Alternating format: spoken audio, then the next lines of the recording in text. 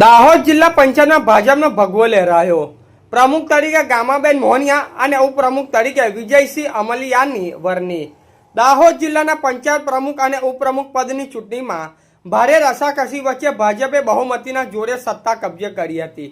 જિલ્લા પંચાયતની કુલ 50 બેઠકમાંથી ભાજપ પાસે 37 બેઠકો, કોંગ્રેસ પાસે 7 બેઠકો અને આમ આદમી પાર્ટી પાસે 6 બેઠકો હોવાના કારણે ચૂંટણી પ્રક્રિયા દરમિયાન રાજકીય ગરમાવો જોવા મળ્યો હતો। પ્રમુખ અને ઉપપ્રમુખ પદે માટે ભાજપ, કોંગ્રેસ અને આપ દ્વારા ઉમેદવારી ફોર્મ ભરાતા જિલ્લા પંચાયત કચેરી ખાતે ભારે ચહલ પહલ જોવા મળી હતી। ચૂંટણીના અનુલક્ષીને તંત્ર અને પોલીસ વિભાગ દ્વારા ચુસ્ત પોલીસ બંદોબસ્ત ગોઠવવામાં આવ્યો હતો, જેથી સમગ્ર પ્રક્રિયા શાંતિપૂર્ણ માહોલમાં પૂર્ણ થઈ હતી। પ્રથમ અઢી માટે અનુસૂચિત આદિજાતિ મહિલા અનામત બેઠક હોવાના પગલે જિલ્લા પંચાયતનું સુકાન નારી શક્તિના હાથમાં આવ્યું છે।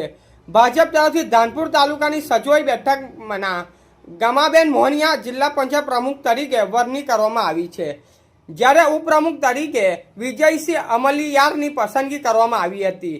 ઉપરાંત કારોબારી ચેરમેન તરીકે સંગીતાબેન પટેલ, પક્ષના નેતા તરીકે ભૂપેન્દ્રભાઈ સંગાડા અને દંડક તરીકે મનીષાબેન ભુડિયાની નિમણૂક કરવામાં આવી હતી। ચૂંટણી પરિણામ બાદ ભાજપ કાર્યકરોમાં ઉજવણીનો માહોલ જોવા મળ્યો હતો। રિપોર્ટર વાદી બરવતસિંહ, લીમખેડા, દાહોદ। આજ રોજ દાહોદ જિલ્લા પંચાયત ખાતે પ્રમુખ અને ઉપપ્રમુખની વરણી કરવામાં આવી છે, જેમાં પ્રમુખ તરીકે ગમાબેન મોહનિયા અને ઉપપ્રમુખ તરીકે હું અમલિયા વિજયસિંહ ભારતજી ની વરણી કરવામાં આવી છે। એમાં